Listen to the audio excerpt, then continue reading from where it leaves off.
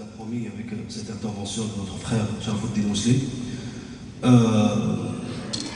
que des fois, il y a certaines personnes qui croient que les interventions ou les conférences doivent être dans le cadre islamique strict. On leur dit c'est faux. Pourquoi? Parce que en lisant le Coran al-Karim, Allah Azza wa Jalla nous a exhorté à nous situer dans le temps et dans l'espace. Allah il a parlé de لقد كان في قصصهم عبرة لأولي الألباب. Allah Azza wa Jalla il a parlé de Yawm al-Qiyamah. Allah Azza wa Jalla il a parlé du passé. Allah Azza wa Jalla il a parlé du futur. Allah Azza wa Jalla il a parlé du présent. Allah Azza wa Jalla il a parlé des endroits géographiques. Donc le socle même de l'existence des musulmans en Europe et en Occident, c'est vraiment connaître leur histoire. Si on ne connaît pas notre histoire, c'est pour ça tout ce qui se réfère aux musulmans ou l'existence des musulmans fait partie de la science religieuse. Deuxièmement, quand on veut parler de la bataille de Poitiers, mythe ou réalité, tout ça, le professeur Sallam ne nous a pas restreint à certaines sciences. Quand il disait sallallahu alayhi wa sallam, وَمَنْ سَلَكَ طَرِيقًا يَلْتَمِسُ فِيهِ عِلْمًا سَهَلَ اللَّهُ لَهُ بِهِ طَرِيقًا إِلَى الْجَنَّةِ. C'est lui qui entreprend un chemin pour acquérir une science. On sait très bien que une science, c'est nakira, c'est un nom indéfini, donc n'importe quelle science, pourvu que cette science n'est pas en contradiction avec notre religion, notre aqidah islamiyya. Donc n'importe quelle science est profitable pour le croyant, pour le musulman, pour le non-musulman, pour celui qui réside dans un endroit, ce qu'on appelle aqaliyat al-islamiyya, un endroit où la minorité musulmane. Donc on est obligé de connaître notre histoire, l'histoire de la France, l'histoire de ce qui s'est passé avant pour comprendre notre futur et pour préparer notre futur. Donc tout ce qui se réfère à l'histoire, ça a été bien prescrit, inscrit dans le Coran al-Karim. Allah Azza wa Jalla nous a exhorté قُلْ سِيرُوا فِي الْأَرْضِ تِلْكَ أُمَّةٌ قَدْ خَلَتْ لَهَا مَا كَسَبَتْ وَلَكُمْ مَا كَسَبْتُمْ. Donc il est impensable de penser, de dire que l'histoire de la France ou la bataille de Poitiers ne fait pas partie de la religion, parce que la religion n'est pas restreinte à connaître, étudier salat, zakat, hajj, umrah. Non, c'est pas ça l'islam. L'islam c'est beaucoup plus large que ça, c'est beaucoup plus ouvert que ça. Et alhamdoulilah, tout ce qu'on apprend dans notre religion, on l'apprend pour être un bon musulman et un bon croyant bi'idhnillahi azza wa jal. Et des fois, subhanallah, l'histoire peut changer un musulman. Elle peut le changer mentalement, moralement, psychologiquement, scientifiquement. C'est pour ça qu'il faut connaître notre histoire. Et que nous, quand on est en train d'étudier Sira Nabawiya, la biographie du prophète sallallahu et la vie du prophète sallallahu, c'est quoi? C'est pas le futur, mais c'est l'histoire. Pour comprendre le présent et pour préparer bi'idhnillahi azza wa jal le futur de, pas la communauté, mais de l'humanité. On a avec nous un frère, un docteur, qui était la base de son doctorat dans la recherche de la bataille de Poitiers et de l'histoire médiévale. Donc, alhamdoulilah, il est avec nous, Sharafuddin Muslim, qui nous vient de Bordeaux, de loin, et il va nous donner, Inch'Allah, ce cours sur cette histoire de Poitiers.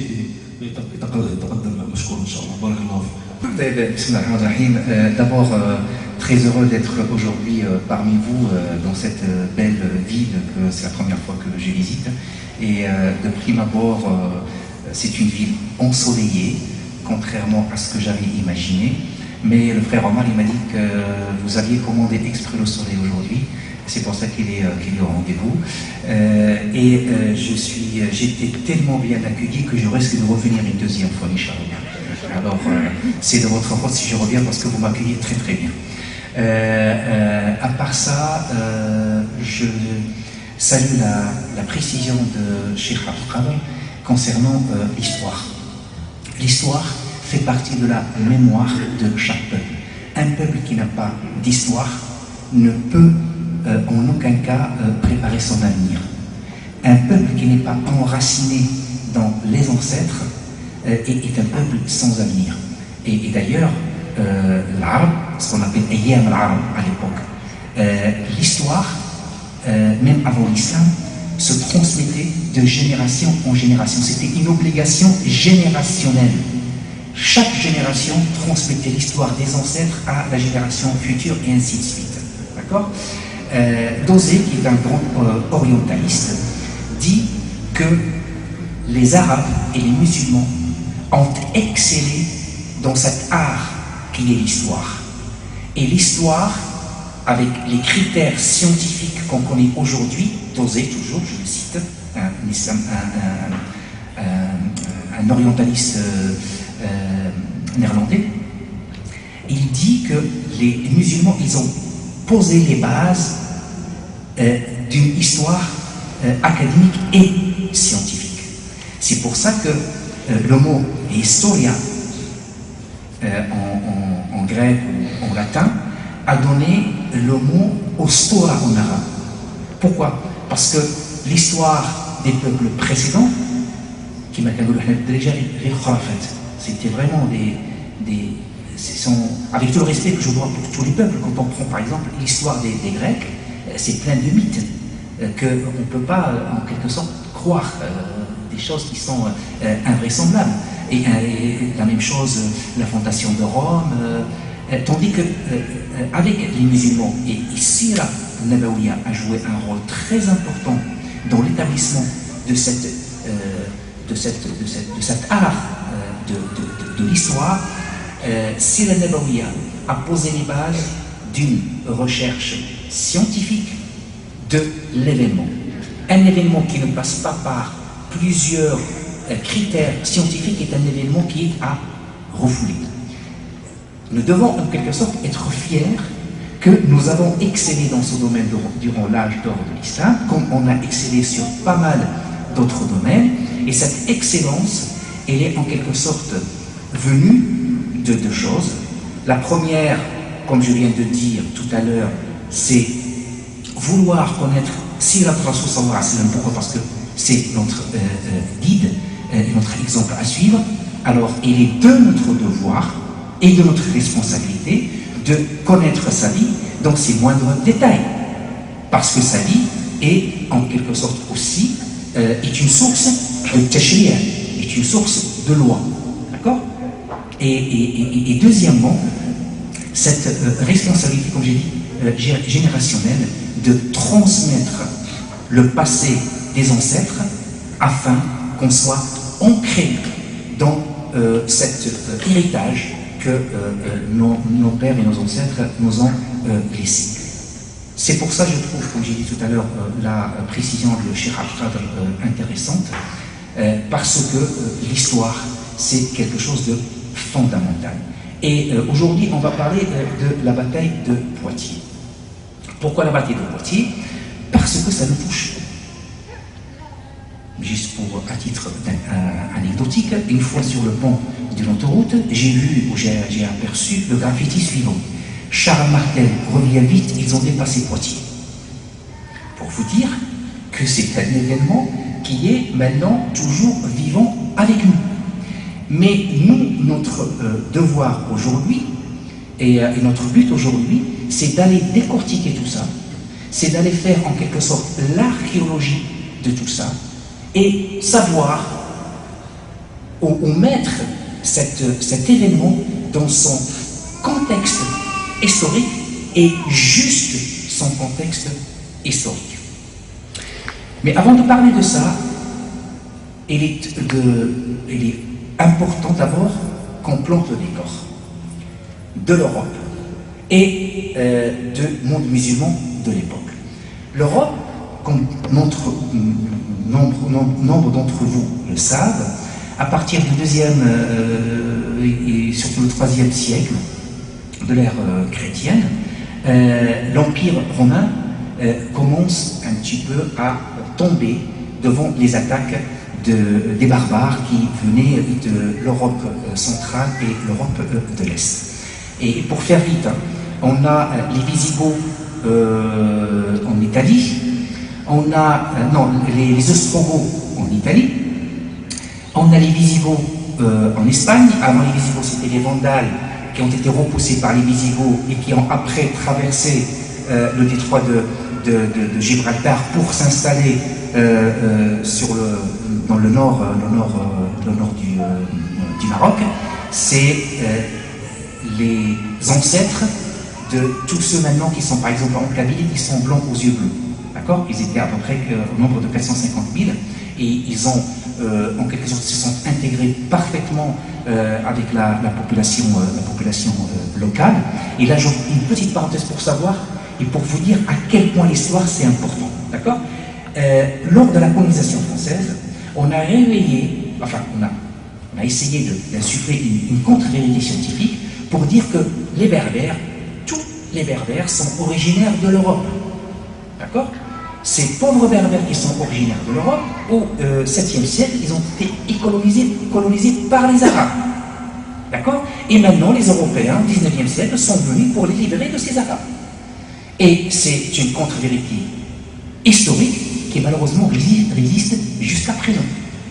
On entend que, non mais moi je ne suis pas arabe, je suis kabyle. Moi je ne suis pas arabe, je suis berbère. Faisons la généalogie des berbères. C'est quoi les origines des berbères? Les origines des berbères, ils sont venus du Yémen. Il y a deux types d'arabes. Permettez-moi d'ouvrir cette parenthèse parce que c'est important. Il y a deux types d'arabes. Il y a les arabes de pure souche et les arabes arabisés, ou plutôt trois. L'arabe al-ba'ida, ou l'arabe al-aliba, ou l'arabe al-musta'riba. Les arabes disparus, ça, Aad ou Thamoud, on ne parle plus. L'arabe al-aliba, les arabes de pure souche, et leur base c'était le Yémen. Et l'arabe al-musta'riba, les arabes arabisés, ce sont tous les descendants d'Ismaël. Parce que Ismaël, en venant s'installer avec sa mère à la Mecque, n'était pas d'origine arabe, si vous voulez. C'est pour ça qu'on les appelle l'arabe al-musta'riba. Il s'était arabisé parce qu'il était rentré en contact avec Qaba'il al-Amari ou Qaba'il al-Rijrakum, qui peuplaient en quelque sorte cette région. Alors, les Berbères, si on les compare avec les Arabes au nord de l'Afrique du Nord, les Berbères sont des Arabes de pure souche et les Arabes ne sont que les Arabes arabisés. Alors il faut arrêter de dire moi je ne suis pas arabe, je suis berbère. Non, quand tu dis je suis berbère, tu es encore plus arabe si j'ose dire. Parce que tu fais partie de ces Arabes de pure souche. Et ces personnes qui sont en quelque sorte blancs aux yeux bleus, ce sont les descendants de ces 450 000 Vandales qui ont été en quelque sorte repoussés de la péninsule ibérique vers le nord de l'Afrique et qui se sont en quelque sorte mélangés et intégrés et parfaitement avec la population locale. Je ferme cette parenthèse et je reviens à l'Europe. On a dit les Visigoths étaient en Espagne et les Francs en Gaule. Il faut préciser aussi que ces barbares qui ont pris le pouvoir étaient en quelque sorte une minorité mais armée. Et la population locale subissait, si vous voulez, cette présence armée de ces barbares, que ce soit francs en Gaule, que ce soit ostrogoths en Italie, ou visigoths en Espagne. Vers la fin du 7e siècle, la péninsule ibérique connaissait d'énormes problèmes politiques, religieux, économiques et sociaux. Sans rentrer dans les détails, la population locale commençait en quelque sorte à souffrir d'une politique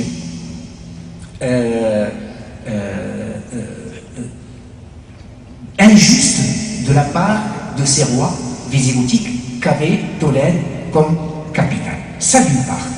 D'autre part, un roi qui s'appelle Rodrigue s'est emparé du pouvoir et il a évincé le roi qui était avant lui, qui s'appelait Achilla. Les enfants de ce roi Achilla attendaient que l'occasion pour se venger de Rodrigue et récupérer leur trône. Et pour ce faire, ils vont demander l'aide des Arabes. Et leur porte-parole était un autre Visigoth qui appartenait à la noblesse visigothique, qui va en quelque sorte rentrer en négociation avec le gouverneur de l'Ifriqiya. L'Ifriqiya à l'époque, c'est ce qui correspond aujourd'hui au Maghreb, Moussa ibn Nasser, pour lui demander de l'aide afin de venir aider cette noblesse visigothique contre ce roi Rodrigue. D'autre part, la population locale attendait aussi un libérateur, parce qu'ils n'en pouvaient plus de cette politique répressive des Visigoths. Troisièmement, les Juifs, à l'époque, vivaient des années sombres. Pourquoi? Parce que depuis la conversion des Visigoths au catholicisme, les rois successifs n'ont arrêté de soumettre les Juifs à une politique très répressive. Alors, tous les ingrédients étaient réunis pour que les Arabes et les musulmans arrivent dans la péninsule ibérique. Et ça, contraire à l'idée que Tariq ibn Ziyad, une fois, dans un café de Tanger, il regardait l'autre rive, il a dit, allez, qu'est-ce qui se passe là-bas? Ben, il y a un pays, allez, on va aller le conquérir. Non, les choses ne se passaient pas comme ça, comme on veut le présenter. Les musulmans et les Arabes à l'époque, avant d'entreprendre n'importe quelle entreprise, d'accord, et planifier, et calculer les pour et les contre, d'accord, et surtout une telle entreprise. Julia, le roi de Ceuta, va voir Moussa ibn Nusayr en 709. Moussa ibn Nusayr demande l'accord au calife Omeyyade à Damas, parce qu'une telle entreprise, il lui faut l'accord du grand chef, hein, le calife de Damas. Au début, le calife de Damas a refusé. Pourquoi? Il a dit Bainakum al-Barzakh, ça veut dire bon, il y a la mer qui sépare, et je ne vais pas m'aventurer à envoyer des soldats dans un pays inconnu, et l'entreprise était vraiment très très périlleuse. Alors, Julien, le roi de Ceuta, pour donner des garanties, il a conduit une campagne de reconnaissance, d'accord, et il a présenté un rapport à Moussa ibn Nusayr pour lui dire le pays est vraiment extrêmement faible, et sa conquête sera vraiment une simple promenade militaire. Moussa ibn Nusayr va user de tout son charme et revient à la charge à Damas pour dire c'est une entreprise où retombées politiques, économiques, stratégiques incalculables. Le calife de Damas va finir par céder, mais à condition de refaire une autre campagne de reconnaissance. Pourquoi je rentre dans ces détails? Pour que vous puissiez comprendre et enlever de la tête cette idée que les musulmans étaient assoiffés de terre, assoiffés de butin, assoiffés de tuer, assoiffés d'annexer. Non. Regardez, à 2 reprises, Moussa ibn Nusayr sollicite le calife, et c'est à la 2e sollicitation que le calife donne son accord avec des conditions. Et effectivement, cette fois-ci, Moussa ibn Nusayr va envoyer ce même roi Julien, mais avec un berbère qui s'appelle Tarif ibn Malouk. Et ils vont débarquer à l'endroit qui porte jusqu'à présent le nom de Tarif. C'est la ville de Tarifa. Pour les Marocains qui sont un peu riches, qui traversent Algeciras vers Tarifa, le bateau qui fait 35 minutes et qui est un peu plus cher que les autres, connaissent bien Tarifa. Alors jusqu'à présent, cette ville porte le nom de Tarif ibn Malouk. Une campagne de reconnaissance à la tête de 400 personnes et qui ont ramené un rapport détaillé. Non seulement ils ont ramené un rapport détaillé, mais ils sont rentrés en négociation avec les enfants de Dakhila et avec la bourgeoisie, avec l'aristocratie visigothique. D'accord? Parce que la guerre ne se gagnait pas que sur le champ de bataille. La guerre se gagne avant le champ de bataille. Mieux on négocie, moins on a des dégâts et plus on a de chance de remporter la bataille. Et effectivement, Moussa ibn Nusayr donne l'aval à son adjoint Tariq ibn Ziyad, qui va traverser à la tête de 7000 berbères, qui vont être rejoints par 5000 autres berbères, qui vont faire à peu près 12 000, et qui va en quelque sorte à Guadalete, à quelques kilomètres d'Algeciras. D'ailleurs, Tariq ibn Ziyad, quand il va débarquer à l'endroit qui porte jusqu'à présent son nom, Jabal Tariq, Gibraltar. La guerre était vraiment très très rapide, c'était une guerre éclair. Pourquoi? Parce que une bonne partie de la cavalerie visigothique, avant le déclenchement de la guerre, se sont en quelque sorte,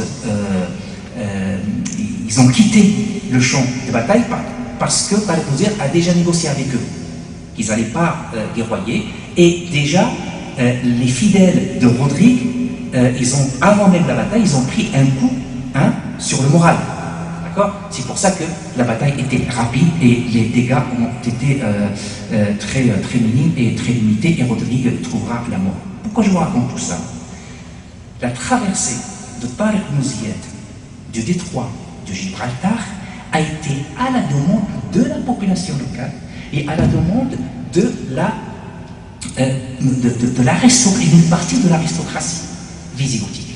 Et pourquoi une partie de l'aristocratie visigothique? Parce que les Arabes à l'époque, quand ils conquéraient une région, laissaient, que ce soit à la population locale ou aux chefs locaux, les mêmes privilèges.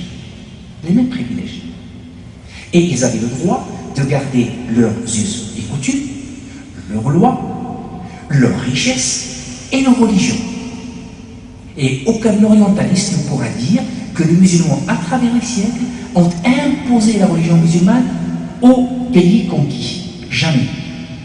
Pourquoi? Parce qu'il y a un principe coranique, que si Dieu l'avait voulu, il aurait fait de vous une seule nation. Alors, puisqu'il y a le blanc, le noir, le jaune, le rouge, le chrétien, le juif, le musulman, c'est une volonté divine.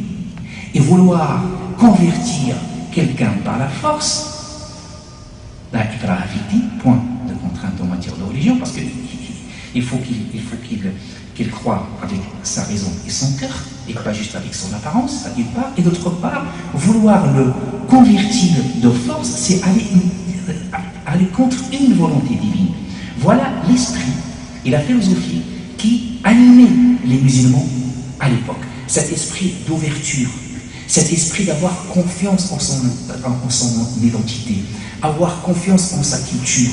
Parce que celui qui veut éliminer l'autre, c'est parce qu'il n'a pas confiance en lui. Celui qui taxe l'autre qu'il n'a rien compris, ça veut dire que lui, il n'est pas sûr de ce qu'il porte dans son cœur et dans son cerveau. Alors quand on est sûr, on n'a pas peur de l'autre. D'accord? Les musulmans à l'époque essayaient par le comportement, pas par le discours, essayaient par le comportement, et puis après la conversion des peuples, c'était une histoire personnelle. Et d'ailleurs, c'est pour ça que pendant le 8 siècles où les musulmans sont restés en Espagne, d'accord, les juifs et les chrétiens et les musulmans vivaient côte à côte, et personne n'a obligé ni juifs ni chrétiens de se convertir à l'islam. Et ça a fait la force, si vous voulez, des musulmans à l'époque. Et c'est pour ça qu'ils étaient accueillis en tant que libérateurs. Quand on dit une chose pareille maintenant, on a l'impression de blasphémer. Comment ça? Oui. Et la réalité historique ne le démontre. Et je vous appelle tous d'aller à n'importe quelle bibliothèque municipale, prendre n'importe quel livre manuel d'histoire d'Espagne, écrit par un Espagnol, vous allez trouver ce que je suis en train de lire. J'ai rien inventé. Bref, tout ça pour vous dire que la conquête de l'Espagne a duré à peu près 2 ans. C'est un fait rare dans l'histoire qu'un si grand pays, qu'un si riche pays soit conquis en très peu de temps. Et à l'époque, le Languedoc-Roussillon, qui s'appelait à l'époque la Septimanie, Akalim Salah, les sept provinces, Septimanie, faisait partie du royaume de Tolède, faisait partie du royaume visigothique de l'Espagne. Alors, quand les musulmans arrivent à Narbonne en 719, c'était la suite logique de cette conquête de l'Espagne. Et ils étaient aussi bien accueillis en Languedoc-Roussillon qu'ils étaient bien accueillis en Espagne. Et juste pour vous donner un exemple de cette cohésion et de ce vivre ensemble, dans les années 60, un moine a fait quelques fouilles archéologiques dans la cathédrale Sainte-Rustique et il a découvert la niche du mihrab de la mosquée de Narbonne, qui remonte au 8e siècle. Alors, les musulmans, pour construire leur mosquée, n'avaient pas cherché loin. Ils ont construit leur mosquée collée à l'église Sainte-Rustique à l'époque. Regardez cet esprit de tolérance et ce vivre ensemble. Et plus que ça, même en Espagne, il y avait des lieux de culte qui servaient le vendredi pour les musulmans, le samedi pour les juifs et le dimanche pour les chrétiens. Le temps que les musulmans construisent leur lieu de culte. Omar ibn Khattab, quand il est parti à Jérusalem pour recevoir les clés de la ville,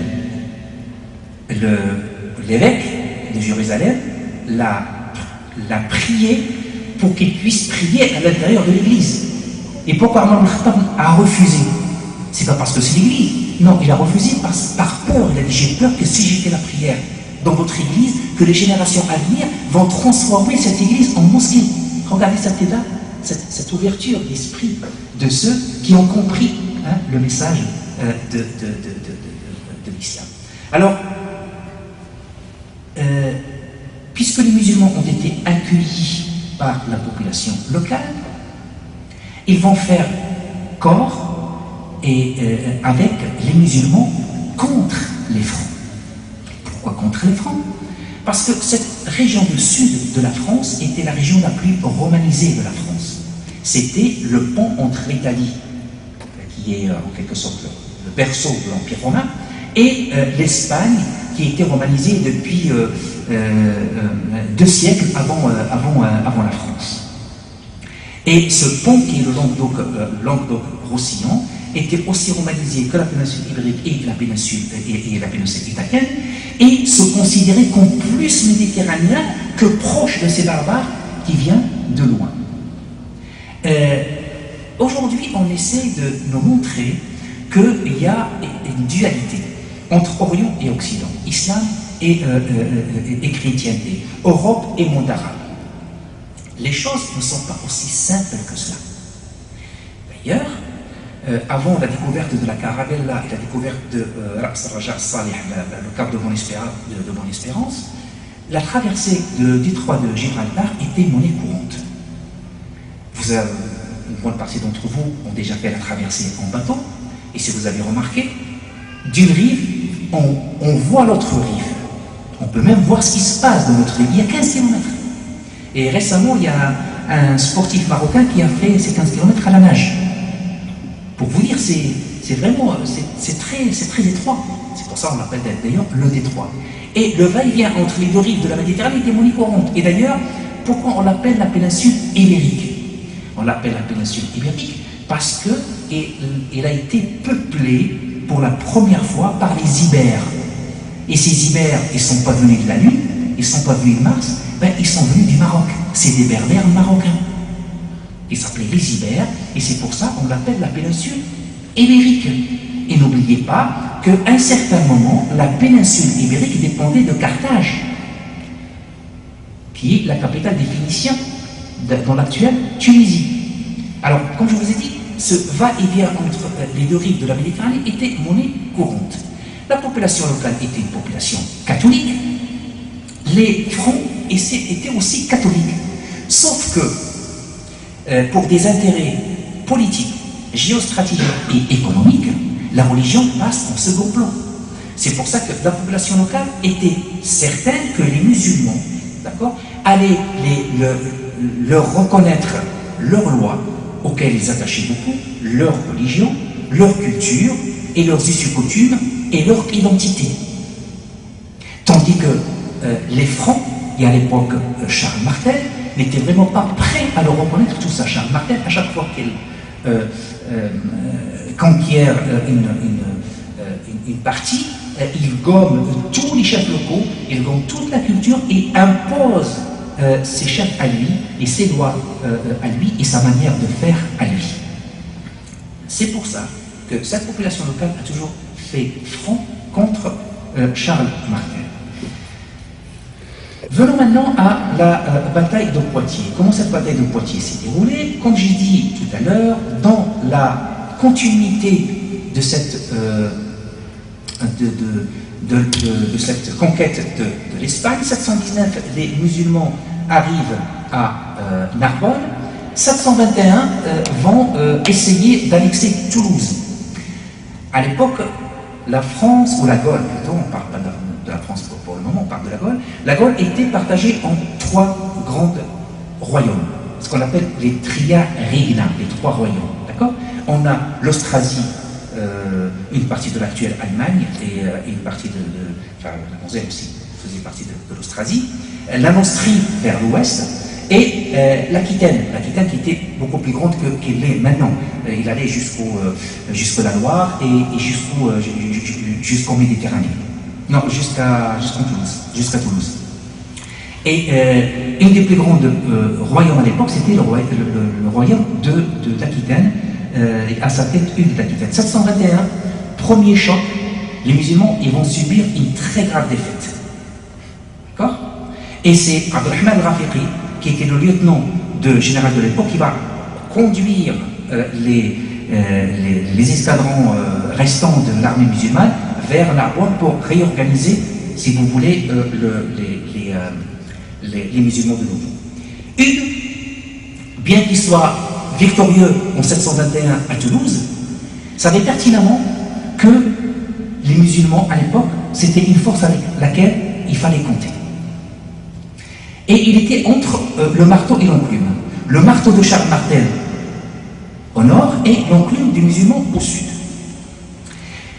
Il était sûr que les musulmans allaient lui reconnaître son autorité et lui garderait ses privilèges. Charles Martel savait très bien que Charles Martel n'était pas prêt à ça. C'est pour ça il a préféré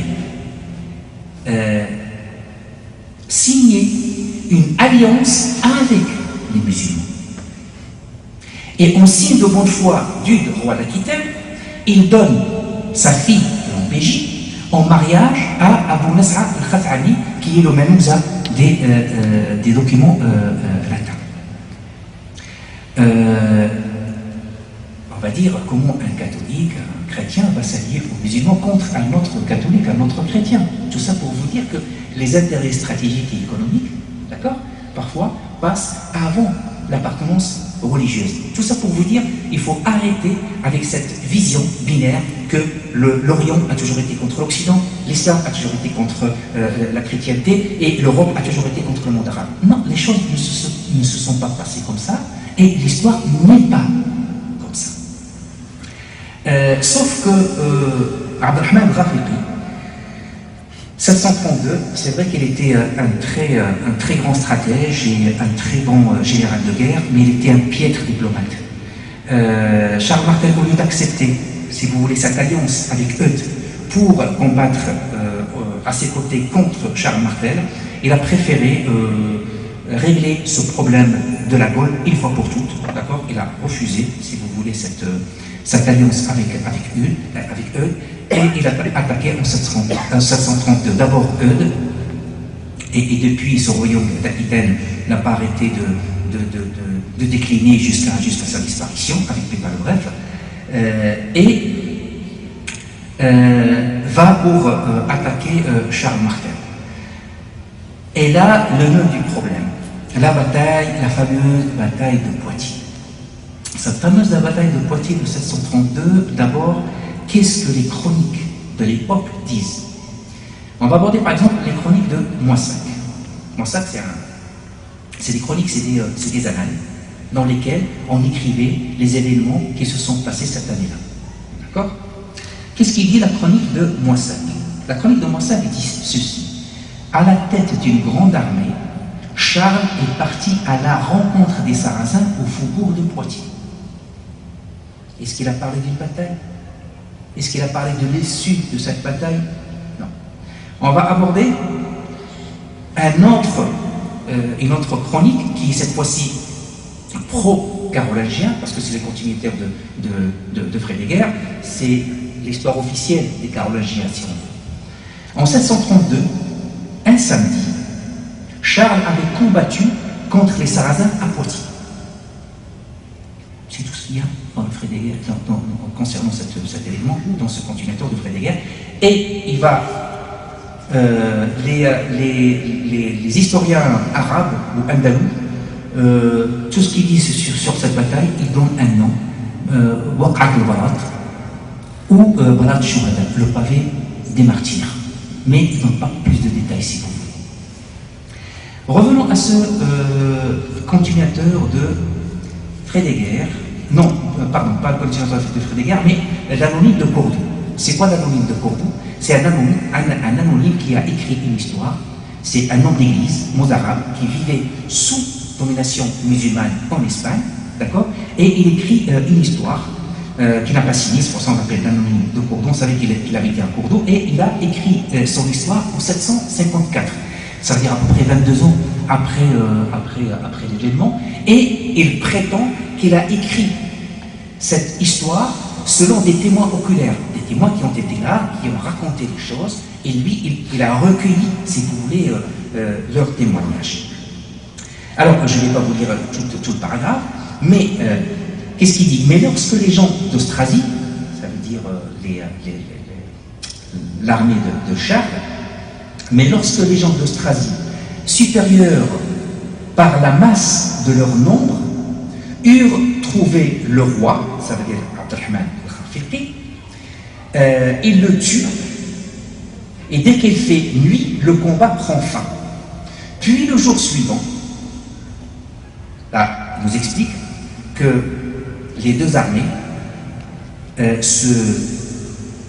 étaient face à face pendant 7 jours.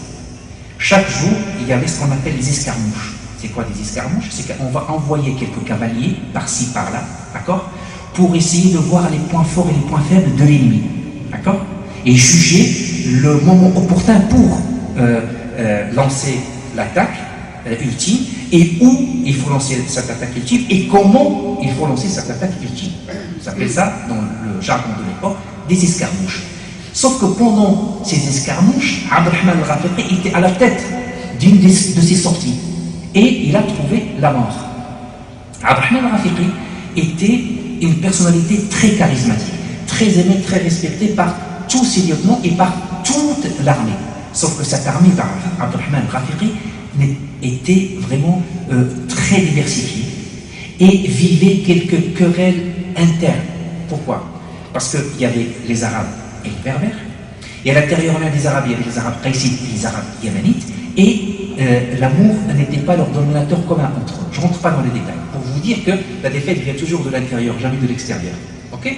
Alors, après la mort de Abdelrahman al-Khafiqi, d'accord, les lieutenants se sont réunis le soir pour essayer de voir quelle issue ils vont donner à cette bataille. Et puisque Abdelrahman al-Khafiqi est la personnalité la plus charismatique, a fait de l'ombre à tout le monde, aucun chef ne s'est dégagé de ses lieutenants. Et ces lieutenants ont trouvé qu'il était plus sage de se retirer de la bataille, parce que si ils allaient à la rencontre des Francs, la défaite est assurée. L'anonyme de Cordoue souligne ceci. Puis le jour suivant, voyant le camp immense des Arabes, ils s'apprêtent au combat. Les Francs s'apprêtent au combat. Les Européens, ils appellent les Européens observent les tentes des Arabes rangées en ordre. Ça veut dire que quand les Arabes sont partis, ils ont laissé les tentes et tout le butin sur place. Ils sont partis, mais vraiment à la va-vite, dans la nuit. Ils ne savent pas qu'elles sont toutes vides. Ils pensent qu'à l'intérieur se trouvent les phalanges de Sarrazin prêts au combat. Ils envoient des éclaireurs qui découvrirent que les colonnes des Ismaélites s'étaient enfuies, tout en silence pendant la nuit. Qu'est-ce qu'il va croire Charles Martel? Charles Martel va croire à une ruse de la part des musulmans. Ils vont prendre tout ce qu'ils ont pu comme butin et ils vont disparaître dans la nature. Alors, tout ça pour vous dire que cette bataille n'a jamais eu lieu. Certes, il y avait des escarmouches, mais cette bataille n'a jamais eu lieu. Et pourquoi on parle tant de cette bataille de Poitiers? Juste aussi une parenthèse historique pour vous dire que cette bataille ne s'est jamais déroulée comme on a voulu le dire. C'est que 2 ans après, les musulmans vont revenir à la charge. Quelques chroniques apocryphes disent qu'il y avait 350 000 morts sarrasins. 350 000 morts, c'est un peu bezef, quoi, c'est un peu beaucoup. Pourquoi? Parce que déjà, l'Empire romain, dans son apogée, n'a jamais réussi à réunir une armée de 350 000 personnes. Alors 350 000 morts, le chiffre, il est vraiment trop exagéré. Et s'il y avait ce chiffre, comment se fait-il que les musulmans sont revenus 2 ans juste après pour maîtriser tout le couloir rhodanien? Youssef ibn Abdelrahman al-Fihri, qui a succédé à Abdelrahman al-Ghafiqi, a bien appris la leçon d'Abdelrahman al-Ghafiqi. Et il a commencé à faire des alliances avec les chefs locaux. Et parmi ces chefs, il y a Morande, qui était le chef de la Provence, qui était une très riche région, et une région très romanisée et très convoitée par les Francs. Et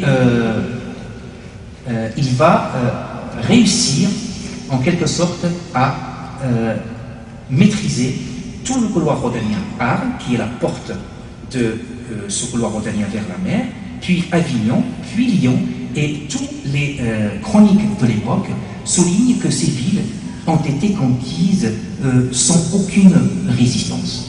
Au contraire, quand les lieutenants de Charles Martel étaient au courant que les musulmans s'approchaient, ils quittaient leur poste et rentraient en Austrasie. Et ici, les musulmans vont rester maîtres de ce couloir. Et à l'époque, quand on maîtrisait le couloir rhodanien, on maîtrisait une bonne partie de l'économie gauloise à l'époque. Parce que beaucoup de commerce se faisait dans ce couloir rhodanien. Et les musulmans vont rester maîtres de la situation jusqu'en 737. Pourquoi 737? Parce que c'est la période où le monde musulman va rentrer dans une anarchie totale. En Orient, les Omeyyades vivaient leurs derniers jours. Et au Maghreb, il y avait ce qu'on appelle Tawrat al-Khawarij, la révolte des Kharijites. Cette révolte qui va ce virus qui va se transmettre aussi à la péninsule ibérique. 737, une très grande sécheresse va frapper le nord de l'Espagne. Et on va commencer à vivre une immigration à l'envers. Ça veut dire des gens qui vont commencer à immigrer de l'Espagne vers le Maghreb. Ça veut dire que tous les ingrédients ont été réunis pour que les musulmans commencent un peu à reculer et laisser place à Charles Martel.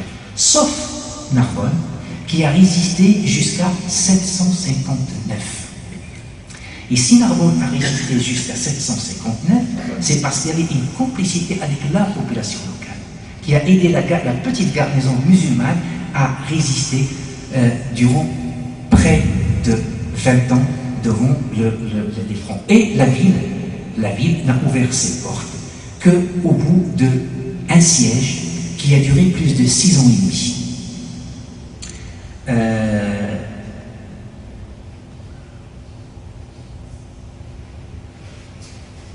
19e siècle,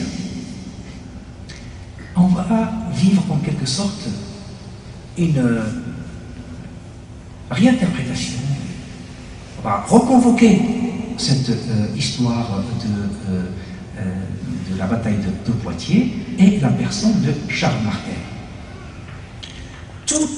Pendant tout le Moyen-Âge, la personne de Charles Martel est inconnue. Au bataillon. Pendant toute cette période, on abordait des personnalités comme Vercingétorix, comme Clovis, comme Saint-Louis, comme Jeanne d'Arc, mais Charles Martel est inconnu au bataillon. Au contraire, la littérature et les écrits ecclésiastiques le présentaient comme un pilleur, comme un spolieur de l'Église. Pourquoi? Parce que lui, il avait besoin d'une grande armée, et une grande armée nécessitait beaucoup d'argent. Et il va se servir là où il y a l'argent. Et à l'époque, l'Église était riche. Et à chaque fois qu'il annexait une partie, la première chose qu'il faisait, c'est annexer les dépendances et les terres fertiles que l'Église possédait. Il y a même Saint-Tuchère, le rêve de Saint-Tuchère, c'est un rêve très très connu. connu ce que c'est vrai ou pas vrai. En tout cas, ça reflète un petit peu comment l'Église voyait ce Charles Martel, qu'on veut le présenter aujourd'hui comme le sauveur de la chrétienté. D'accord? Le rêve de sa chère voyait Charles Martel se tordre dans les flammes de l'enfer. Elle était vraiment très mal aimée de la part de l'Église, tout simplement parce qu'il a spolié toute sa richesse. Mais, 19e siècle,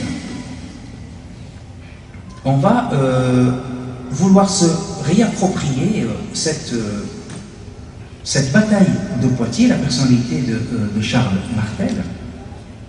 Je commence par Chateaubriand. Chateaubriand, dans son génie du christianisme, veut récupérer cet événement, et bien sûr la personne de Charles Martel, et essayer d'opposer cette fois-ci Orient et Occident.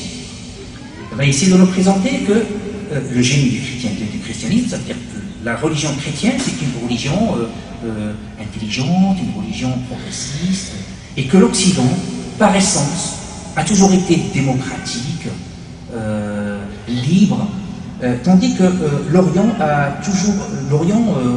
en Orient, le despotisme a toujours régné.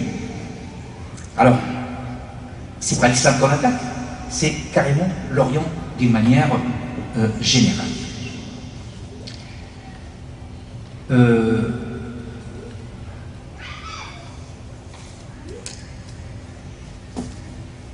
D'autres ne partagent pas du tout cette vision. Je vous donne l'exemple de Claude Farrer. Claude Farrer, au début toujours du XXe siècle, Claude Farrer, c'est un officier de la marine. Et c'est un élève de Pierre Loti. Claude Farrer, à l'époque, c'était l'extrême droite. Et l'extrême droite de l'époque, si on met Le Pen à côté de Claude Farrer, Le Pen est Mélenchon, pour vous dire. Et malgré ça, Claude Farrer, comme beaucoup de droite française à l'époque, était islamophile. Pas islamophobe, mais islamophile.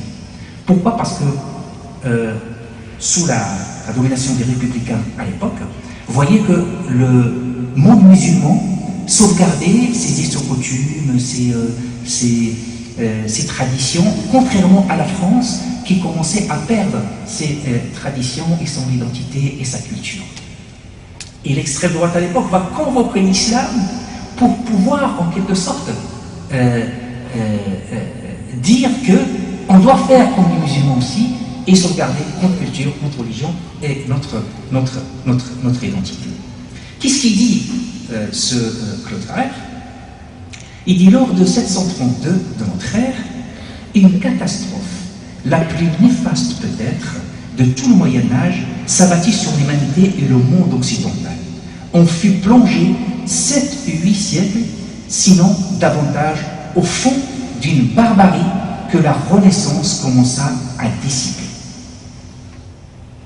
Cette catastrophe dont je veux détester jusqu'au souvenir, ce fut l'abominable victoire que représentèrent nos lois de Poitiers, des sauvages arcades francs, conduits par le carolingien Charles Martel sur les escadrons arabes et berbères. En cette journée funeste, la civilisation, c'est Claude Farrer qui dit ça, en cette journée funeste, la civilisation recule de 800 ans. Car, il poursuit, car il suffit de se promener dans les jardins d'Andalousie pour entrevoir ce que serait advenu dans notre France par l'islam philosophe, pacifique et tolérant. Car l'islam est tout cela. Aux horreurs sans nom qui dévastèrent par la suite l'antique Gaule, a servi d'abord aux féroces bandits austrasiens. Les Austrasiens, comme je dis, c'est l'armée de Charles Martel. Les féroces bandits austrasiens, puis entamés par les pirates normands. Alors là, Claude Farrer nous présente Charles Martel comme un germain, mais c'est pas tout à fait innocent. Pourquoi on le présente comme un Germain? On est au début du XXe siècle. Et le début du XXe siècle, la guerre entre la France et l'Allemagne se préparait. D'accord? Et il va évoquer cet événement de la bataille de Poitiers pour dire que ces Germains qui sont venus d'Allemagne, ils étaient la cause de notre recul pendant 7 et 8 siècles de la civilisation. Il suffit juste de comparer entre ce qu'a vécu l'Espagne musulmane et ce qu'a vécu la Gaule franque et la Gaule mérovingienne, carolingienne et capétienne par la suite.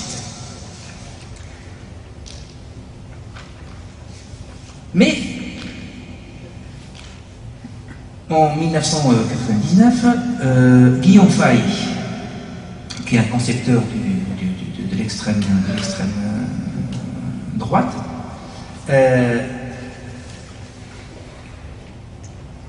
va aborder en quelque sorte cet événement pour se la réapproprier, mais de l'autre manière. L'extrême droite du début du XXe siècle est une extrême droite islamophile. Cette même extrême droite va devenir une extrême droite islamophobe. D'accord? Qu'est-ce qu'il dit? Il dit que nous sommes colonisés par les hordes islamiques. Et nous devons suivre l'exemple de celui qui a épargné la France de ses hordes au XXe siècle. On va reconvoquer Charles Martel pour dire que, c'est ce que j'ai évoqué tout à l'heure au début de ma conférence, Charles Martel revient vite, ils ont dépassé Poitiers. C'est-à-dire on va reconvoquer cette personne de Charles Martel et cet événement pour pouvoir barrer en quelque sorte le chemin à ces hordes musulmanes qui viennent manger le pain des Français et qui viennent dénaturer sa culture, son histoire et sa nation. Et d'ailleurs, le parti de Bruno Maigret, je ne sais pas si vous vous rappelez un petit peu de Bruno Maigret, en 2000, il va faire son premier rassemblement dans la présumée emplacement de cette bataille de Poitiers. Il va faire un long discours, et dans ce discours, il va évoquer la personne de Charles Martel. C'est pour ça, comme je vous ai dit, que on instrumentalise l'histoire. Et on va faire dire à l'histoire des contre-vérités.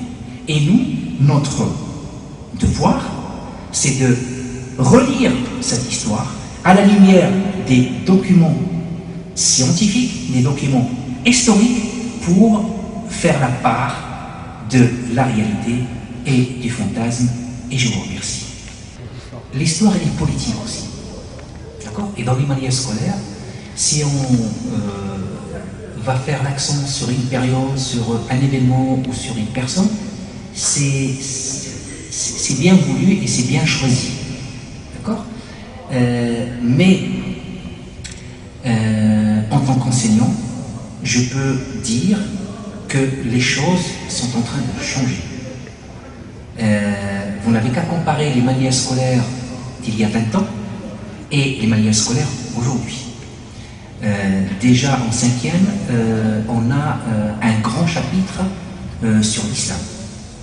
Et c'est pas cet islam qui était présenté il y a 20 ans, comme quoi Charles Martel a arrêté les Arabes à Poitiers, et puis en islam on a le droit à 4 femmes, et en islam on a le droit de tabasser sa femme. C'était, enfin je caricature un petit peu, mais grosso modo c'était les manuels scolaires d'il y a 20-25 ans. Les choses maintenant sont en train de changer, heureusement, et une lecture scientifique de l'histoire est en train de cheminer, mais beaucoup aussi reste à faire. C'est pour ça que, Cheikh Abdelkader tout à l'heure, il a dit qu'il faut lire, il faut chercher, il faut fouiner, et pas se contenter de ce qu'on apprend à l'école ou de ce que la télé veut bien nous faire croire. Et il faut vraiment être curieux. Pour faire la part des choses, alors que l'enseignement de l'histoire dans les écoles évoque toujours cet élément historique de Charles Martel conquérant les Arabes. C'est à peu près la même question. Mais j'ai envie aussi de dire que on peut répondre aussi à ça par les philosophes des Lumières. Ici en France, personne ne peut contester la valeur des philosophes des Lumières. Personne ne peut contester ce que ces philosophes des Lumières ont apporté à la France et même à l'humanité. D'accord? Ces philosophes des Lumières étaient en quelque sorte les instigateurs de cette révolution française qui a fait naître les droits de l'homme, la démocratie et tout ce qu'on vit aujourd'hui.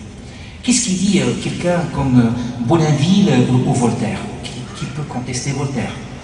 Voltaire considère Mohammed comme un grand chef. Voltaire était fasciné par la religion musulmane. Pourquoi il était fasciné par la religion musulmane? Parce qu'il l'a considérée comme une religion progressiste, si on veut parler le langage de maintenant. Et ce qui est fascinait aussi dans cette religion, l'islam, deux choses. La première, qu'il n'y avait pas de clergé. Parce qu'à l'époque, on est à la veille de la Révolution française, hein, et à l'époque, Voltaire détestait le clergé. Pourquoi? Parce que le clergé, à l'époque, était en quelque sorte secondé le roi dans son despotisme, en quelque sorte. D'accord? Et la deuxième des choses, c'est que l'islam était tolérant. La preuve, l'expérience espagnole, ou l'expérience du monde musulman d'une manière générale. C'est que, comme je viens de dire tout à l'heure, les musulmans n'ont jamais obligé quelqu'un à se convertir par la force. Alors qu'à l'époque de Voltaire, les guerres de religion étaient toutes fraîches. Et même à l'époque de Voltaire, je ne sais pas si vous êtes au courant de l'affaire Jean Calas. L'affaire Jean Calas, que Voltaire a vécu avec ses tripes, c'est ce protestant que son fils se suicide, et on va essayer de lui coller le suicide en tant que meurtre, d'accord, et il va être exécuté, d'accord, injustement.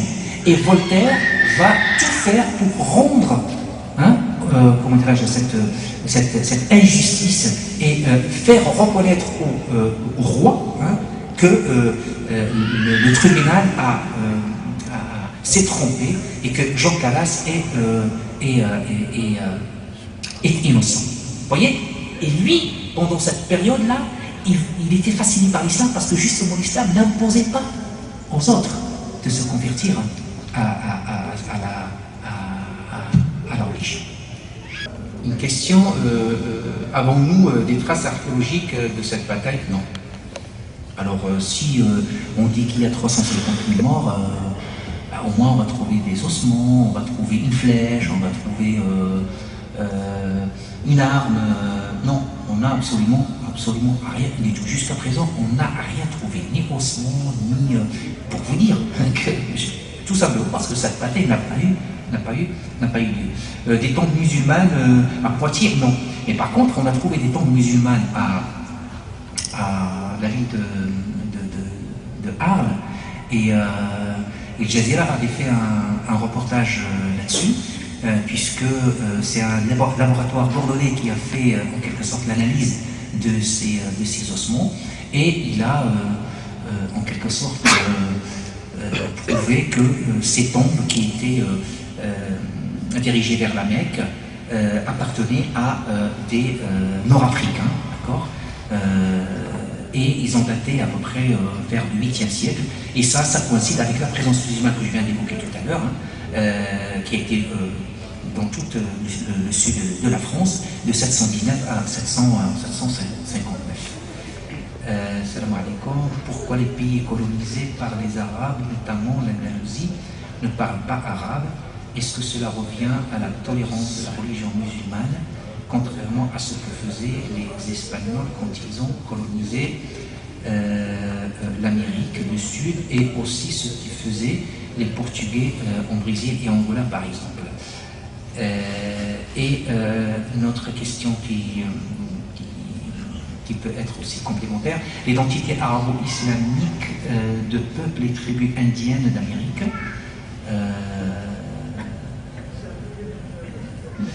Alors, les Espagnols, durant la présence musulmane en Espagne, parlaient tous arabe. Mais c'est pas parce que les Arabes les ont obligés à parler arabe, parce que le monde à l'époque parlait arabe. L'arabe à l'époque, c'était équivalent à l'anglais aujourd'hui. La langue des savoirs, la langue de la science était la langue arabe. Aujourd'hui, dans un laboratoire même de recherche scientifique, si on veut percer, si on veut publier, on ne va pas publier en français, on va publier en anglais. Et même quand on publie en français, il faut un petit résumé en anglais.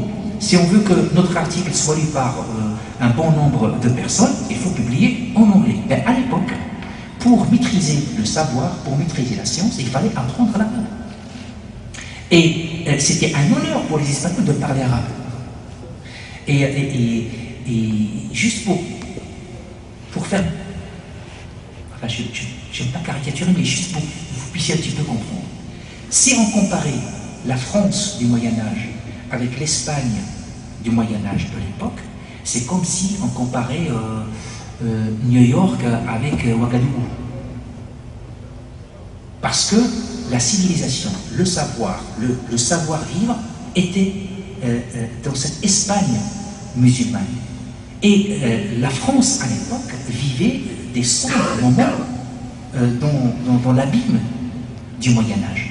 Et les délégations qui venaient rencontrer l'émir de Cordoue à l'époque, ils étaient subjugués par cette civilisation, je ne sais pas si vous avez déjà eu l'occasion de visiter la grande mosquée de Cordoue.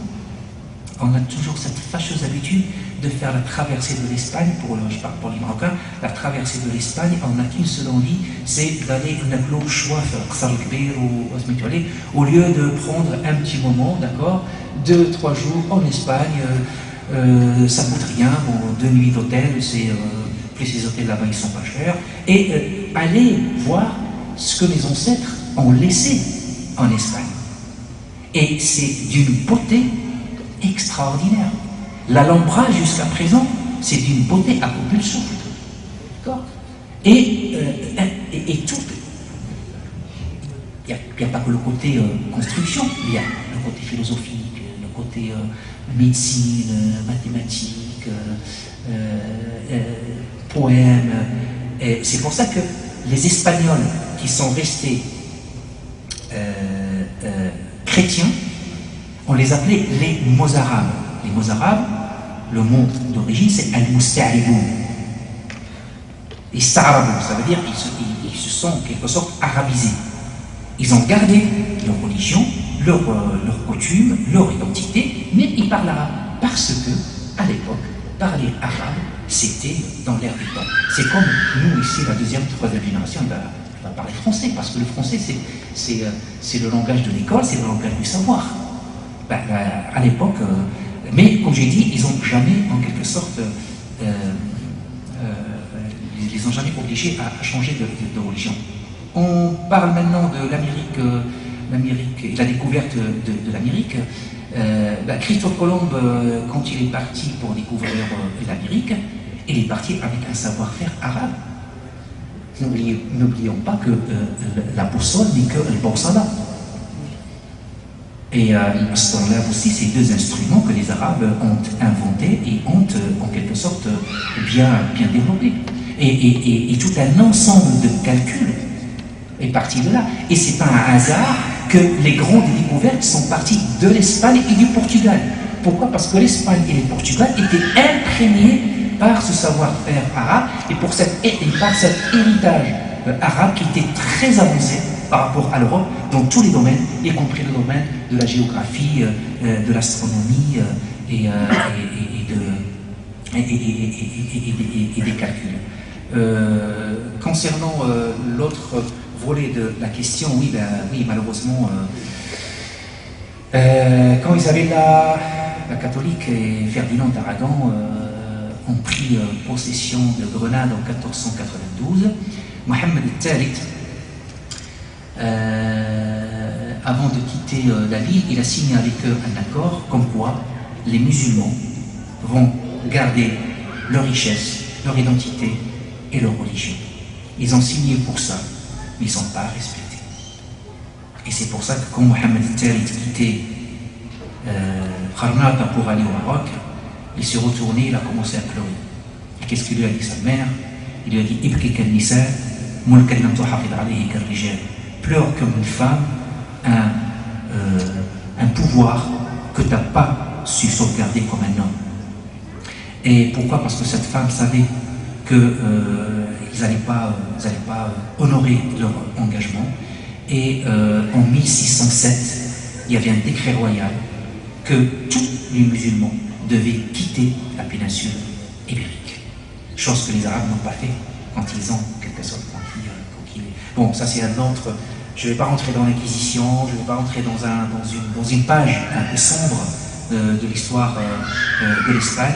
Et d'ailleurs, depuis que l'Espagne s'est débarrassée de cette richesse arabe, n'a arrêté de sombrer en quelque sorte dans la décadence jusqu'à l'époque de Franco. Vous avez évoqué les chroniques européennes. Ouais. On nous a inculqué à l'université sur le Maghreb que la bataille de Poitiers, à l'origine, le retour de l'armée musulmane était dû au calife Omeyyade qui on lui a conseillé d'arrêter la bataille parce que l'islam va conquérir toute la Méditerranée et que c'était l'armée qui venait de l'Europe peut le déranger dans son royaume. C'est pas la part de vérité de cette chronique. Alors, je dois évoquer Ibn Kathir en 714, c'est-à-dire 2 ans après, 714, 3 ans après la première fois que Tariq ibn Ziyad a foulé le sol ibérique. Les émissaires du calife de Damas sont venus pour dire à Moussa ibn Ziyad de revenir à Damas pour rendre compte de ce qui se passait. Pourquoi? Tout simplement parce que la conquête était extrêmement rapide, chose qui a inquiété le calife de Damas. Et Moussa ibn Ziyad allait continuer. Ils ont traversé les Pyrénées, d'accord? Ils ont été jusqu'en Languedoc-Roussillon, et leur projet était de prolonger cette conquête. Mais l'émissaire du calife était ferme, comme quoi il faut revenir pour rendre compte au calife et ne pas d'abord sauvegarder ce qui a été conquis, d'accord, et ne pas s'aventurer dans un pays inconnu. Ça, c'est la réalité historique. Autre chose, c'est un pur fantasme. On ne connaît pas l'origine exacte parce qu'à l'époque, il n'y avait pas de différence entre Maroc ou Algérie ou Tunisie, c'était le Maghreb, de manière générale, ce qu'on appelait à l'époque les Ifriqiya. Dont on est sûr, c'est que c'est un berbère. Et c'est vrai que tous ceux qui ont traversé, avec les 12 000 fantassins qui ont traversé avec lui, étaient tous berbères. Une petite minorité arabe dans ce Kabylie, mais ils étaient tous berbères. Et ça prouve quoi aussi? Ça prouve cette force intégratrice des Arabes de l'époque. On va faire confiance à des nouveaux convertis et à des nouveaux conquis pour conquérir un autre pays. Et c'est ce qui a fait la force, si vous voulez, de ces généraux musulmans et aussi ce qu'on appelle l'hikma, l'intelligence et la sagesse de Moussa ibn Saoud. C'est vrai que l'Église, à l'époque romaine, n'a pas réussi à convertir au monde. Déjà, l'influence de Rome, elle était restée très limitée sur le littoral méditerranéen. Pourquoi? Ça aussi, ça prouve que les Berbères étaient d'origine arabe. Parce que, comme les Arabes, les Berbères refusaient toute hégémonie extérieure. Et l'Empire romain, avec sa grandeur et avec sa force militaire, n'a pas réussi à s'imposer auprès des Berbères. Tout ce qu'il a pu avoir, c'est un petit, si vous voulez, cordon, une grande partie de l'actuelle Tunisie, mais un petit cordon sur la Méditerranée, sur la Méditerranée, et on descend jusqu'à la ville de Volubulus, qui rentre à Saint-Ignace aujourd'hui. Mais la majeure partie de l'Ifriqiya, la majeure partie du Maghreb était restée en quelque sorte libre parce que ce qu'on appelle tarkiba socio-ijtimaï, c'est-à-dire les Berbères comme les Arabes, comme j'ai dit, étaient d'une manière ou d'une autre refusé l'hégémonie d'une force extérieure et était indomptable. Ben, ça me pousse à parler de la lettre du prophète Mohammed sallallahu alayhi wa sallam à Héracle, quand il lui a dit Aslim Taslam, si vous ne voulez pas vous convertir à l'islam, fa'alayka dhanbul arisiyin. Arisiyin, c'est les Ariens. Et les Ariens étaient monothéistes. Pour dire à l'intérieur même parce que là on va partir dans un autre débat, à l'intérieur même de l'Église, il y avait des courants de l'Église, c'est très bien qu'il y avait deux tendances, Saint Jacques et Saint Paul, d'accord? Et Jacques a voulu que l'Église reste juive. Pourquoi? Parce que Jésus, c'est un juif qui est venu pour les juifs. Paul, qui était un ennemi farouche de Jésus, après sa mort, il redevient, si vous voulez, chrétien, et lui, il décide d'universaliser le message en laissant de côté toute la loi de la Torah et la loi, voilà, et se contenter de dire que Dieu est amour, et c'est là où un grand combat va commencer à l'intérieur même de l'Église interminable jusqu'à aujourd'hui. Mais ça, c'est un autre débat, j'aimerais pas m'étaler sur ce sujet assez complexe. À l'époque de l'Andalousie, parce qu'il n'y avait pas de bataille, tout simplement. Ça d'une part. Ibn Athir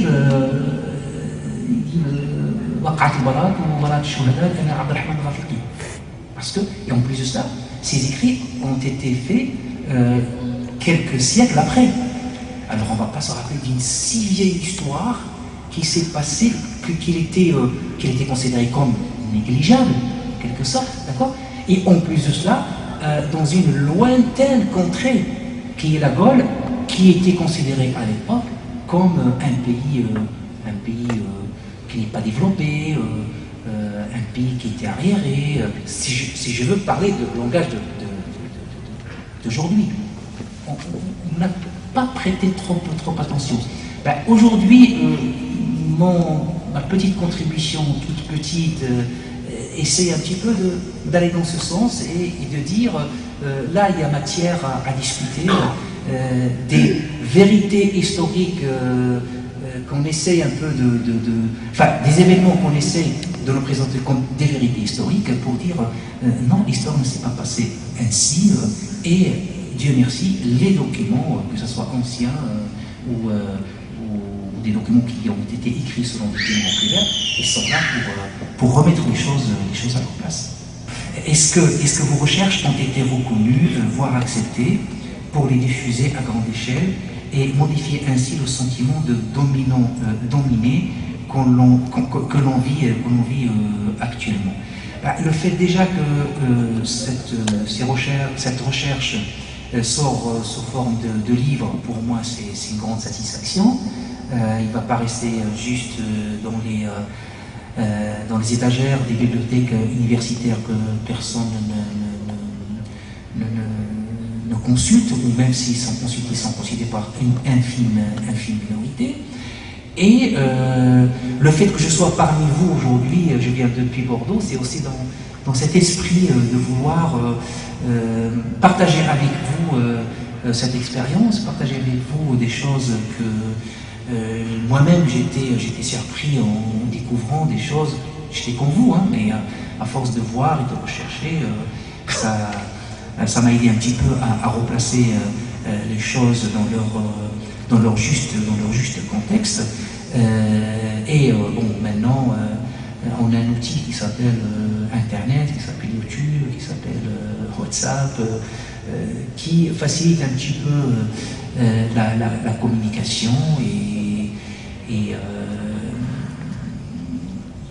je pense que les choses sont beaucoup mieux aujourd'hui qu'avant, et j'espère que d'autres jeunes chercheurs vont prendre aussi le flambeau pour aller encore approfondir les choses dans ce sens. Pour vous donner juste un simple exemple, un site de la gare de Fresnay, parce que les musulmans ils sont revenus en France en 890. Malheureusement, le temps ne permet pas de tout expliquer et de tout aborder. Les musulmans sont revenus en Provence en 890, ils sont restés jusqu'à 989, presque un siècle, et ils ont laissé des traces indélébiles jusqu'au jour d'aujourd'hui. Moi, j'ai visité le château des musulmans à l'époque. Bon, maintenant, on ne voit rien, tout est par terre. Mais les traces, ils sont là. Ce château, il s'appelait Jabal Qilal, en latin c'est Fraxinatum, et l'appellation d'aujourd'hui c'est la gare de Fresnay.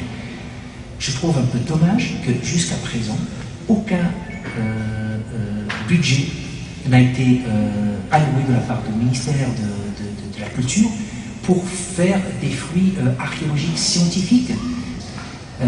On a fait presque tous les sites archéologiques qui remontent à l'époque gallo-romaine. Moi-même, j'ai participé à pas mal de campagnes de faits archéologiques gallo-romaines. À la langue, on se lasse parce qu'on sait ce qu'on va trouver, parce que c'est tellement riche, on a tellement fait des faits archéologiques dans ce sens, on a tellement répertorié des choses qu'on savait pertinemment à l'avance ce qu'on allait trouver. Et un site comme celui de la gare de Fresnay, qui jusqu'à présent n'a pas bénéficié des fouilles archéologiques sérieuses, je trouve ça chrétien. Ben écoutez, nous n'avons pas le choix. Nous n'avons pas le choix. Et là, je vais mettre un peu la casquette de l'acteur associatif. J'ai passé à peu près une trentaine d'années en tant qu'acteur associatif, que ce soit dans ma ville ou à l'échelle de la France. Et je peux vous dire que ce dialogue existe. Et le vivre ensemble aujourd'hui, il est beaucoup plus avancé qu'avant. Il y a beaucoup de clichés qui commencent un petit peu maintenant à tomber, il y a beaucoup de choses qui commencent un petit peu à rentrer dans l'ordre, mais c'est un travail de longue haleine et c'est un travail quotidien et c'est la responsabilité de chacun d'entre nous. Comme j'ai dit là, je mets la casquette de l'acteur associatif. D'accord ? Chacun d'entre nous est responsable de ce dialogue interreligieux. Le fait juste de dépanner son voisin parce que sa voiture n'arrive pas à démarrer, surtout qu'ici vous vivez, vous n'avez pas la chance de vivre à Bordeaux, vous vivez dans une région un peu froide, et parfois on a mal à démarrer le matin. Le fait de mettre les causes et aider son voisin à démarrer, c'est déjà c'est un geste du vivre ensemble. Le fait de partager un bonjour, un sourire avec la caissière de champ ou d'Intermarché, c'est déjà un savoir-vivre.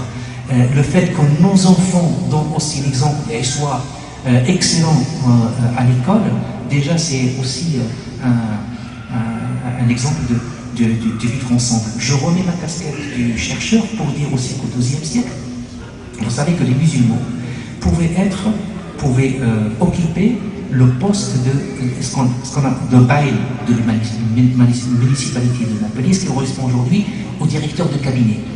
Pourquoi? Parce qu'à cette époque, ceux qui savaient lire, écrire et compter, c'était les musulmans, c'était les arabes. Et les acteurs politiques de l'époque, pendant le XIIe, XIIIe et XIVe siècle, avaient besoin de ces musulmans parce que justement, ils savaient écrire, lire et compter, d'accord? Et on pouvait compter sur eux pour mieux gérer la municipalité, pour mieux collecter les impôts et pour mieux organiser toute la ville. Il n'y a pas de secret. Il n'y a pas de secret. C'est un travail de longue haleine, un travail au quotidien et l'intégration aussi passe aussi par le côté économique et par la matière grise aussi. Je voulais juste savoir, est-ce qu'on a des traces des musulmans en Lorraine? Parce que j'avais lu une fois que éventuellement il y aurait même des musulmans jusqu'au Luxembourg. Peut-être qu'on c'est un fantasme. Est-ce qu'on a des traces par rapport à ça? Jusqu'à Sens. Elles sont... Jusqu'à Sens et puis jusqu'en le Verdelais. Le Verdelais, c'est l'actuelle Suisse, c'est la frontière entre la Suisse et la France. Mais on focalise beaucoup sur la présence physique, mais on oublie une présence qui est beaucoup plus importante et beaucoup plus intéressante. C'est la présence intellectuelle. Est-ce que vous savez que les siècles des Lumières doivent beaucoup à un certain saint Thomas d'Aquin.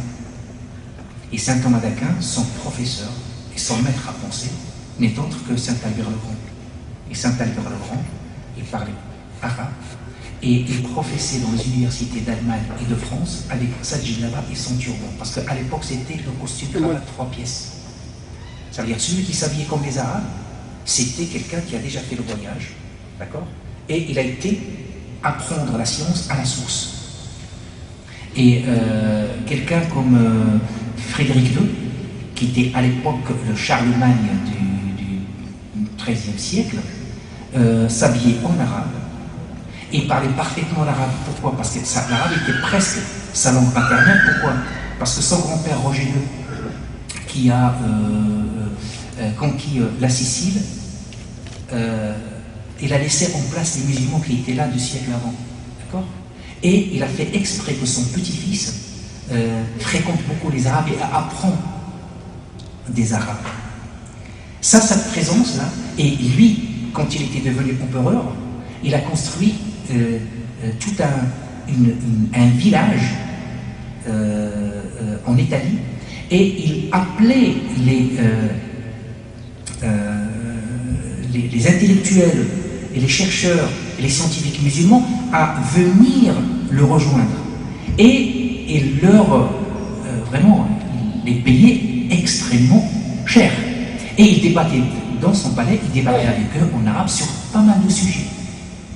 Déjà, ça, c'est les premières émigrations de matière grise, hein, de l'autre rive de la Méditerranée vers l'Europe. À l'instar de son grand-père, Roger II, qui a donné toutes les facilités à Sharif el-Idrissi pour établir sa carte du monde. Sharif el-Idrissi, qui a un shérif de Septa, n'a pas trouvé, à l'époque où les musulmans commencent un petit peu à vivre le début de leur décadence, n'a pas trouvé chez les Mérinides la prédisposition nécessaire pour pouvoir faire son travail de géographe. Ben, il l'a trouvé chez Roger II, qu'il a accueilli dans son palais, et il a mis à sa disposition plus de 70 chercheurs. Et grâce à ça, il a pu faire son travail gigantesque, et on ne peut pas aborder la géographie aujourd'hui sans parler de Sharif el-Idrissi. Cette présence-là, on la passe malheureusement sous silence. Sans Averroès, les siècles des Lumières sont inconcevables. L'apport de la civilisation, l'apport de la médecine, l'apport, je discutais tout à l'heure avec Omar, vous savez qu'il y a 600 ans, la faculté de médecine de Paris possédait la plus petite bibliothèque au monde. Combien il y avait d'ouvrages? Je vous le donne en 1000.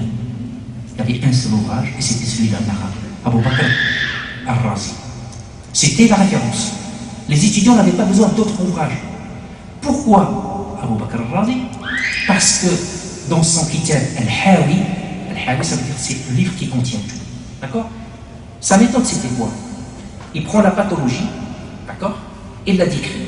Et qu'est-ce qu'il dit? Voilà ce que les Indiens ont dit sur cette pathologie. Voilà ce que les Chinois ont dit. Voilà ce que les Grecs ont dit. Voilà ce que les Égyptiens ont dit. Et voilà moi ce que je dis sur cette pathologie.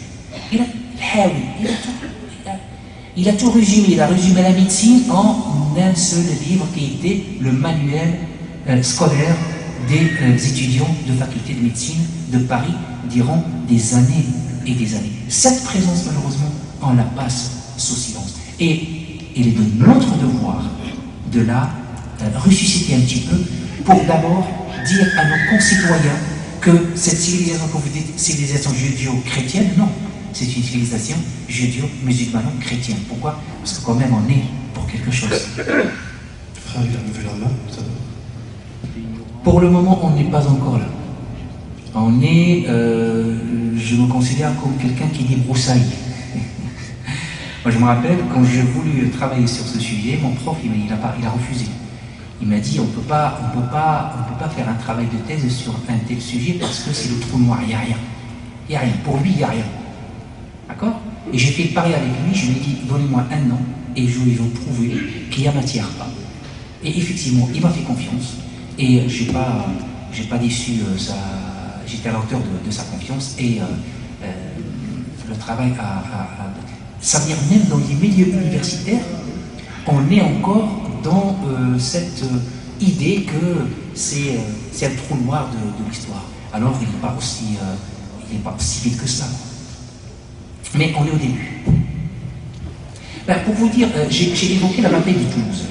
La bataille de Toulouse 721, ça veut dire 11 ans après. La perte des musulmans était vraiment extrêmement grande. Les musulmans avaient perdu beaucoup de monde. Mais personne n'en parle. Pour vous dire qu'on va faire dire à l'histoire ce qu'on veut. Et parfois cette histoire, on l'instrumentalise à des fins politiques. Chateaubriand, qu'est-ce qu'il dit au début du XXe siècle? Il dit que les croisés sont partis, pas pour libérer le tombeau du Christ, non, mais pour venger la bataille de Poitiers. Alors que dans la littérature des croisades, aucun historien n'a parlé de la bataille de Poitiers. C'est-à-dire qu'on va faire dire à l'histoire ce qui n'est pas. Juste pour préciser, il y a aussi un tabou de la France, l'histoire française, le massacre de la Vendée. Le massacre de la Vendée, c'est un génocide de l'armée révolutionnaire française, et que maintenant c'est un tabou, il ne faut pas en parler parce que ça va entacher l'histoire de la France. Voilà. Et donc ça, c'est par exemple, c'est parmi les plus grands tabous de l'histoire de la France, parce que ça va entacher, comme je disais, l'armée révolutionnaire française, et par conséquent, voilà, la Révolution française qui est le socle même de l'existence même de la France actuelle. Et le massacre de la Vendée, c'est des milliers de personnes qui se sont révoltées contre l'armée révolutionnaire, qui voulaient remettre la monarchie française avant ce qu'elle était avant la Révolution française, mais l'armée révolutionnaire, elle les a massacrés. C'est des milliers de morts, de noyés, de morts massacrés, brûlés, noyés, des enfants, des femmes, Et regardez, je vous exhorte à regarder ça, vous allez voir que c'est un tabou énorme. Ça, c'est un exemple parmi d'autres exemples de l'histoire de la France, des musulmans. Assez souvent, on fait lire aux enfants le fameux discours de Tariq Bouziyad. أيها الناس أين المفر البحر من ورائكم العدو أمامكم وليس لكم والله للصدق والصبر واعلموا أنكم في هذه الجزيرة أضيع من الأيتام في مأدبة etc. Ça, c'est une lettre poétique. On sait que Tariq Bouziyad était berbère. Ici, il y a certains qui font du doute sur le discours anglais. Qu'est-ce que vous en dites? Écoute, Chapeau Hajj, tu as trop fait classique, il y a eu un débat sur ça.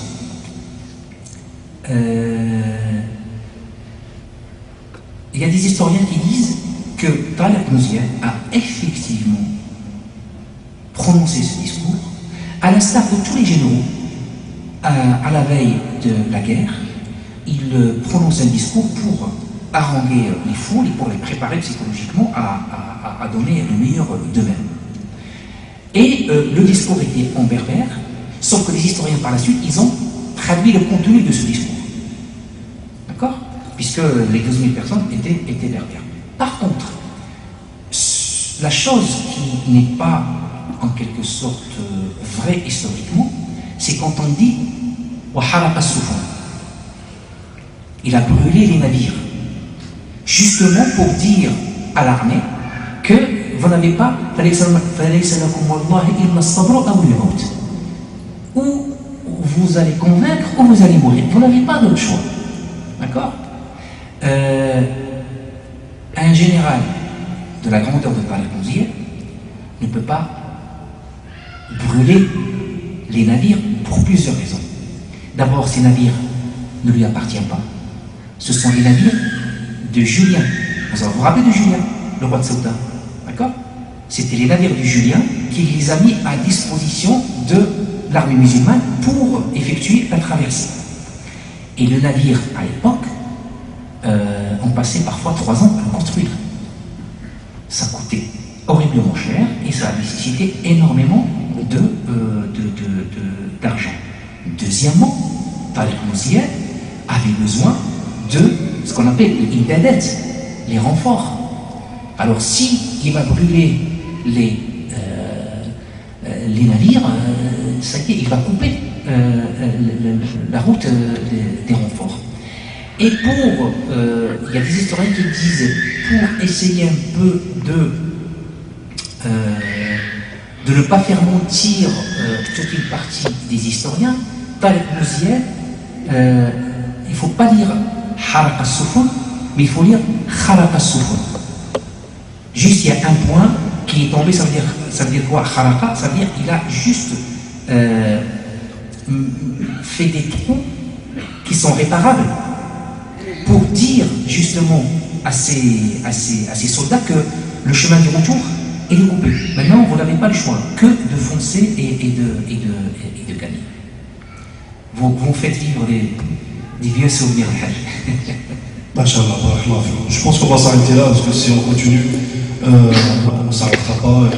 Le frère il a un trait à prendre. Mais oui, vous remarquez que voilà, on soulève un sujet de l'histoire qui ne rentre pas dans le cadre de halal, le haram, la religion, la salat, l'aqidah. Mais pourtant, vous êtes passionnés, ça passionne tout le monde et ça nous donne une autre perspective de la science et de comprendre aussi l'histoire. Barakallahu fikum, Inch'Allah.